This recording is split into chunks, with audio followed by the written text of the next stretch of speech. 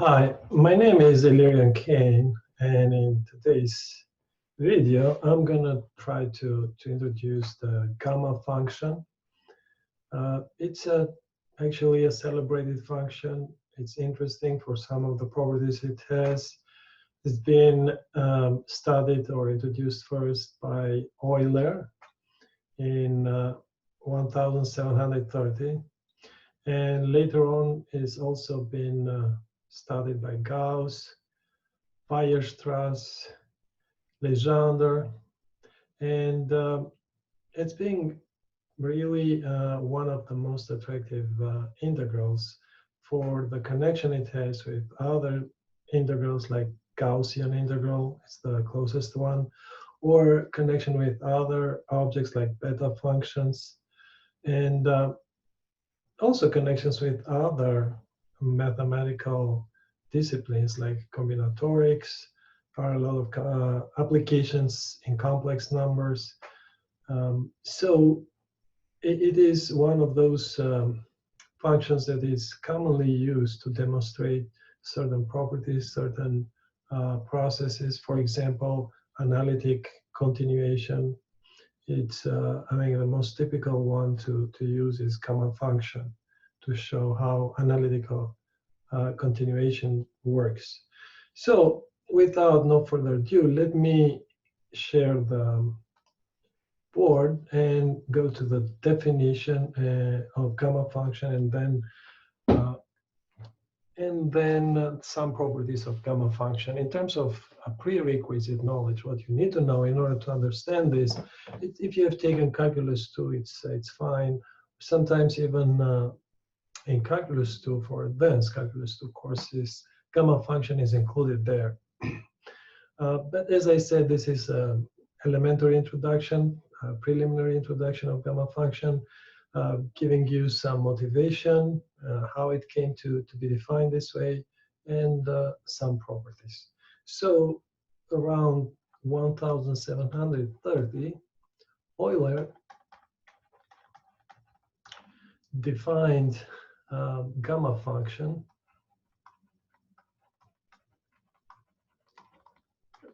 even the notation here is actually not originally from the notation I'm going to use here is not from Euler, but it's from Legendre. But the definition is from Euler, so the essential definition is from Euler, is the integral from 0 to plus infinity, e to the negative t to x minus 1 dt. And this is defined for positive real values of x. Okay, so first, let's take a look and see what is this. This is an improper integral, right? And it goes from 0 to plus infinity. And on top of that, it is convergent only for positive values of x, not for any value of x, right? It is also a function of x. As you can see, this integral depends on x. X here like a constant. So the variable, the integration variable is t, and x it's like a constant. So whatever value of x is going to be, that's what the integral is going to be. It's not simply a definite integral where you have a number, but it's rather a function. That number or that value is going to depend on the specific value of x.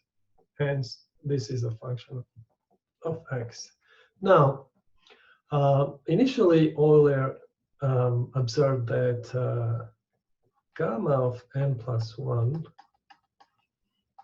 which is basically the integral from 0 to plus infinity e to the negative t to the x dt, is equal to n factorial. So it's a bit of surprise connection with n factorial, because n factorial is like a combinatorial object, and there is a combinatorial interpretation of this. So what is n factorial? By definition, n factorial is n times n minus 1 times n minus 2, and so on up to 1. right? So this is the definition, and it's defined only for positive integers. So, for example, if you have 5 factorial, this is 5 times 4 times 3 times 2 times 1, 120. And what is the interpretation of this factorial? Is the number of ways you can order or arrange n objects, right? In general, for n factorial. And for this one, 120 ways, different ways, they represent the number of ways you can order 5 different objects, right?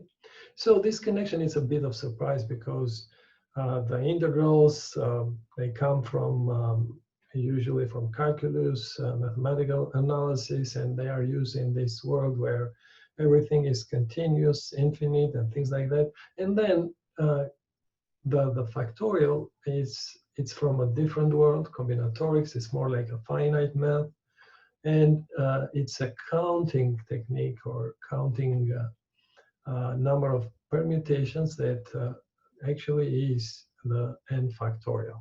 So connecting these two worlds is a bit of surprise.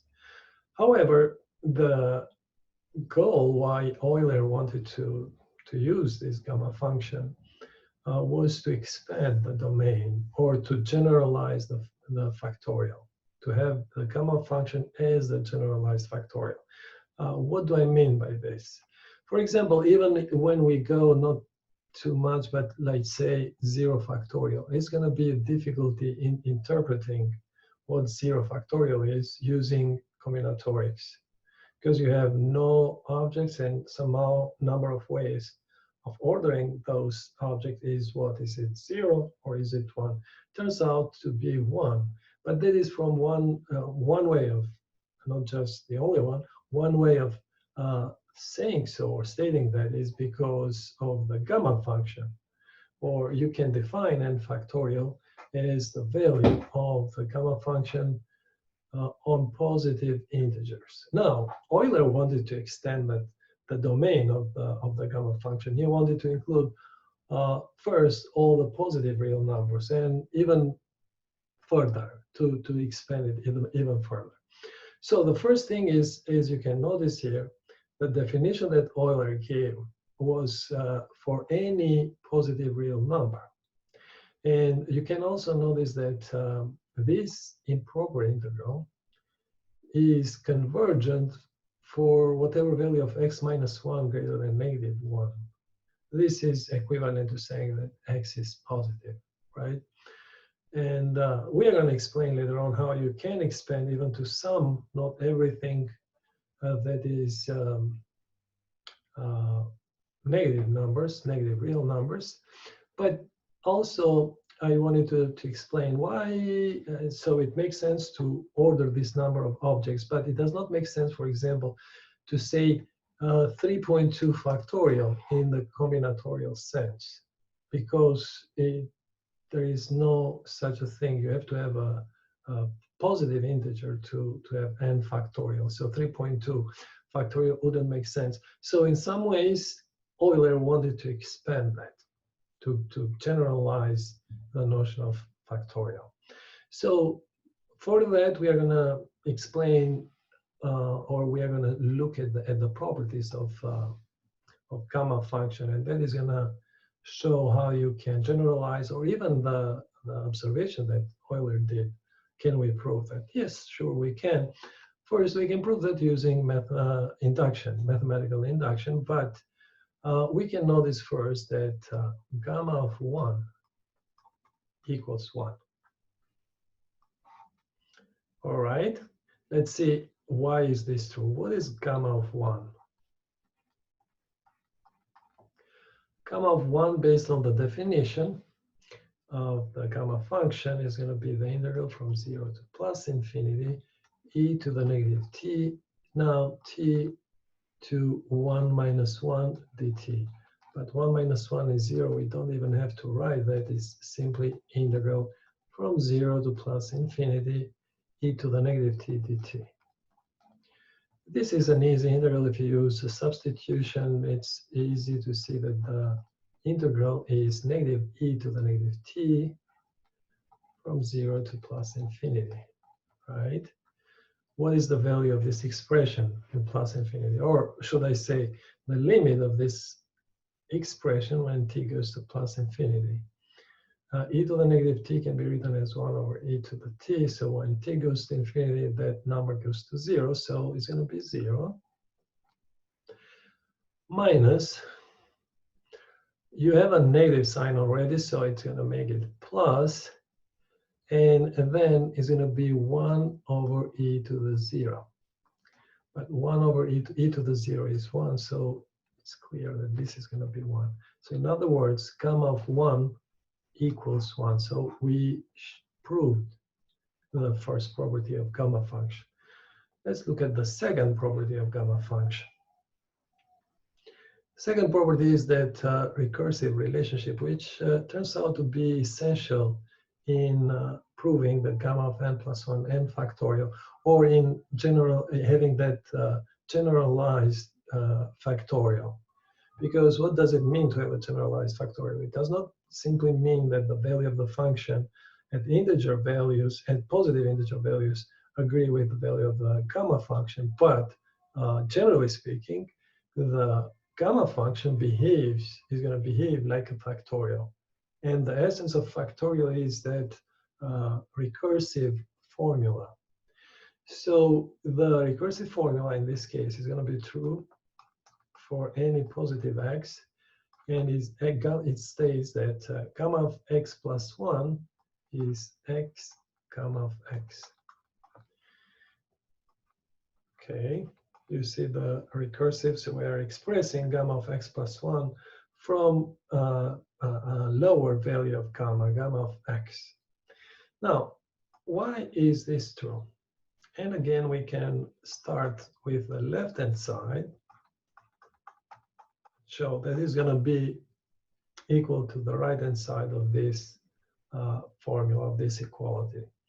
So what is based on the definition, the gamma of x plus 1 is going to be the integral 0 to plus infinity e to the negative t to the x dt, right? Now, at this point, we can use integration by parts. Let me use a different color. Integration by parts.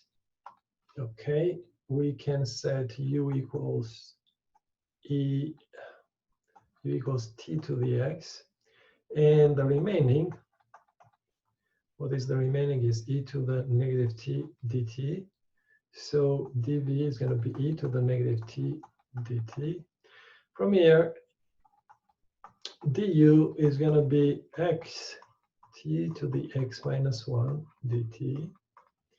And from here, v is going to be the integral. We already used that integral, so it's going to be negative e to the negative t. Okay? So what is now the integral gamma of x plus 1 using the integration by parts? It's going to be u times v, so it's negative e, negative t to the power of x, minus, now minus and the negative here is going to make it plus, and then it's going to be the integral of, and here it's from 0 to plus infinity, it's definite integral. Here from 0 to plus infinity, it's going to be e to the negative t times, and that is v, du. So du is going to give us x t to the x minus 1 dt, right? Now let's start with the first term, this one. What is the value of this function, of this expression at plus infinity? Or better to say, what is the limit of t to the x over e to the t when t approaches plus infinity? This is an indeterminate form. It's plus infinity over plus infinity or infinity over infinity. And you can either use L'Hopital's rule, or knowing that exponential function is going to dominate the power function. Of course, then because exponential function approaches plus infinity much quicker than the power function, then the limit here would be like 1 over infinity, so it's going to be 0, right? And what is the value of this expression at 0? That is 0 because you have the term t to the x, and e to the 0 is 1, so 1 times 0 is 0. So the whole, this first term is going to collapse. It's going to be 0. Okay? On the other hand, here, inside the integral, the variable of integration is t. So x is behaving like a constant. So we can pull x outside. We go back to the red color, x outside. And this is going to be the remaining part, the integral from 0 to plus infinity, e to the negative t times t to the x minus 1 dt. If you can notice, this is simply gamma x by definition, right? So this is x times gamma x. And we started with the left-hand side of the identity. We ended up with the right-hand side. Now, why we proved this recursive relation for the gamma function? What is the consequence of this? First, from here, we can very easily see that, okay, let me use a different color. The formula that, or what Euler observed is going to be true. So gamma of n plus 1, if you substitute n for x here, then gamma of n plus 1 is going to be equal to n times gamma n. And you can continue that recursive relationship. So gamma n is going to be n minus 1 times gamma of n minus 1, right? And continuing like that, it's going to be some stopping point. And what is going to be the stopping point? When you arrive at gamma 1. But before that, what is gamma of 2? Based on what we just said here, gamma of 2 is going to be 1 times gamma of 1. Gamma 1 we proved was the first property was 1. So still gamma of 2 is going to be 1. So it's going to be times 1 times gamma 1. Gamma 1 is 1, so it's clear that this is n factorial, right? So using that recursive relationship, we proved what initially Euler observed. Now the second part is, or if we might want to extend it even further, can we extend for first for all the x's that are positive? Yes. So knowing, as I was starting before, to notice that gamma 1 is 1, gamma of 2 is also 1, gamma of 3 is going to be 2 factorial, gamma of 4 is going to be 3 factorial, which is 6. And this function, it seems like pretty quickly is going to increase at a high rate. Let's see the graph, how the graph is going to look. So you can plot first the value of the function at positive integer values of x, and then we can somehow fill in, or we can understand what is going to be the shape of this graph for positive values of x. So let me share that function. So it's going to look like this. As you can see, the value of gamma at 1 is 1, at 2 it's also 1, at 3 is 2, and then it increases rather quickly. It is interesting to see, because this is going to be a continuous function, but it's interesting to see at 0. At 0, if you remember the definition of the gamma function, we are going to have e to the negative t dt over t when x equals 0, because you're going to have t to the negative 1. And that blows up the integral. So it tells you that that integral is going to diverge at x equals 0. So it does not exist, right? And that's why it's going to appear like this. So it goes to plus infinity as x approaches 0 from the right. So it's not defined at 0. Now, if we want to expand even further. So if we want to, can we define it for negative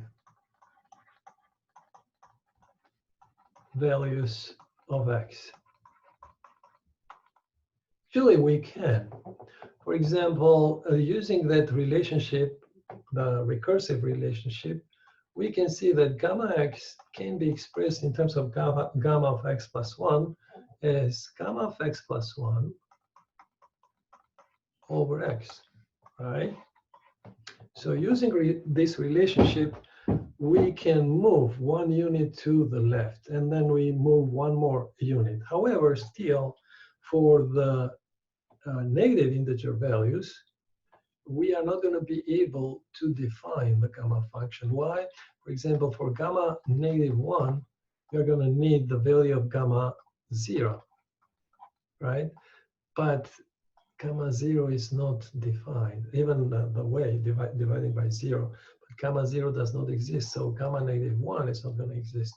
And by that, gamma negative 2 is not going to exist. However, although we know that this recursive relationship is valid only for positive values of x, we want to extend the domain of gamma function so that this relation is going to be valid.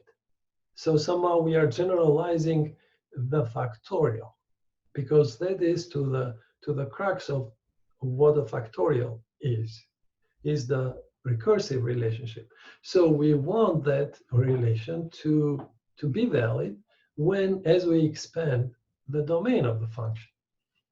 So it turns out we can do so. For example, how can you find gamma of negative 0.8 using this relation?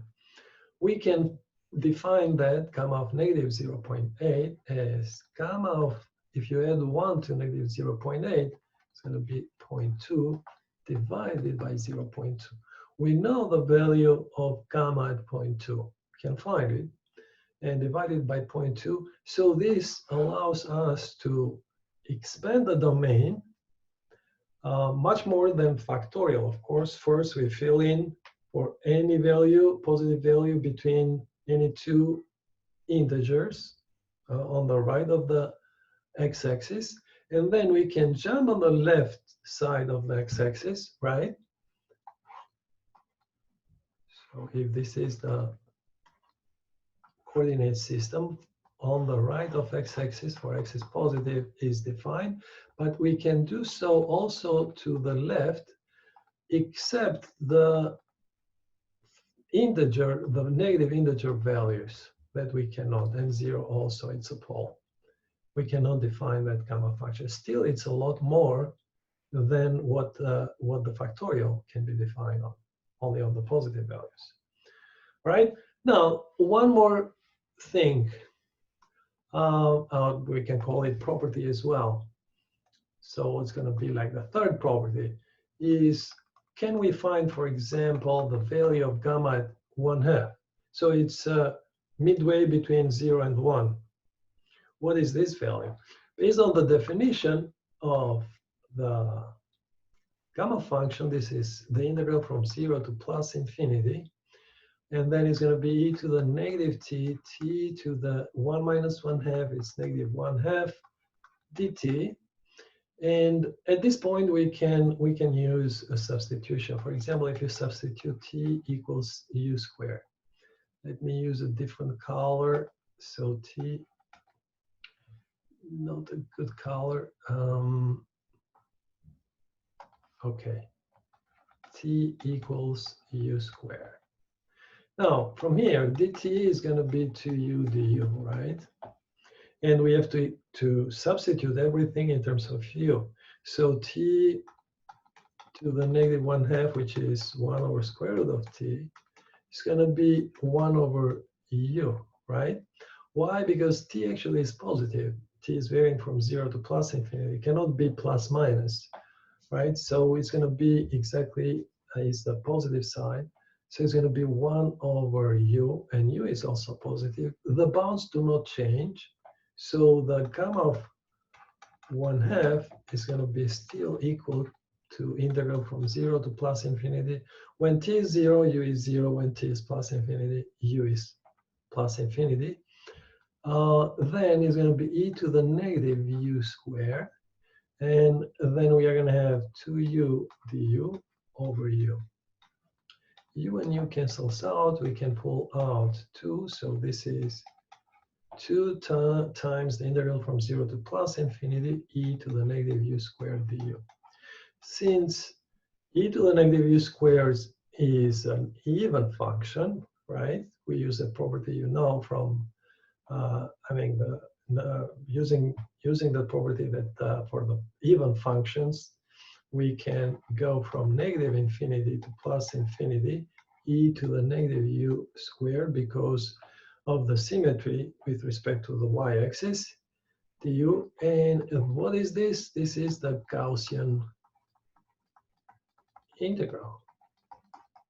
So there you go. You have a direct relationship with the Gaussian integral. So at this point, I could have said, okay, we know that the value of this integral is going to be square root of pi, and we are done. But why is that square root of pi? For that, we can go quickly and let me show you. I don't want to, the common approach is to use the polar coordinates. I'm going to use a different approach. So let me share with you what approach I'm talking about. So using the shell method. So if you look at the Gaussian integral, so we define it as the integral from negative infinity to infinity e to the negative x squared dx. First thing, we square this integral. So it's going to be this. And we can use a dummy variable. It doesn't matter it's x or y, so we can change it to y. And then we convert it to double integral. So elementary idea or knowledge from double integral is also not required to understand this. And what does this double integral represent? We know that this represents the volume of the solid that is under the surface with equation z equals e to the negative x squared plus y squared. Using Mathematica, you can see what it's going to look like. I mean, what is the solid, how it's going to look like. It's at the origin, you're going to have maximum point.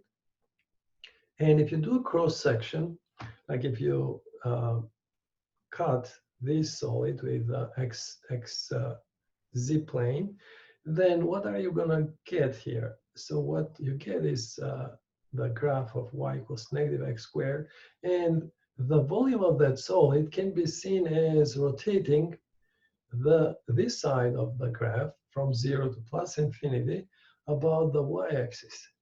And you can use shell method, cylindrical shell method, to find that volume.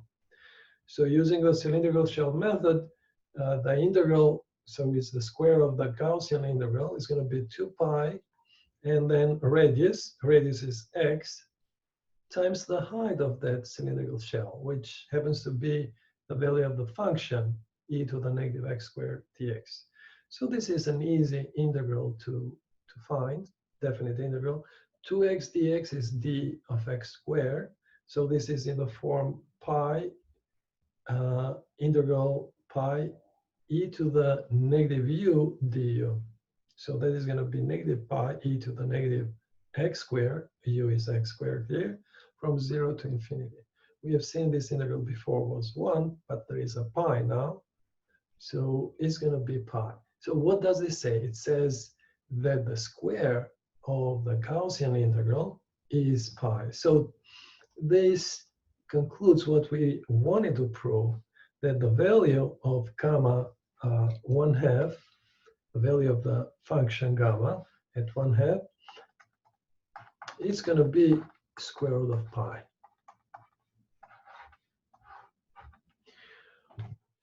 So this was the introduction I wanted to give you.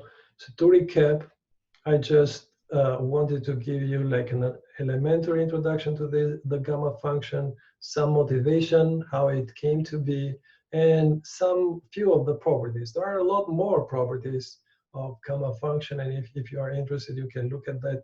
The continuation that I was talking about, or the expansion of the domain, for example, it cannot be restricted only to the real numbers. You can go even to expand it to complex numbers, and that makes it even more interesting, looking at where this integral is convergent, where is divergent, and all those kinds of things. So that being said, I wanted to conclude that and wish you a good day. See you next time, right? Have a good one.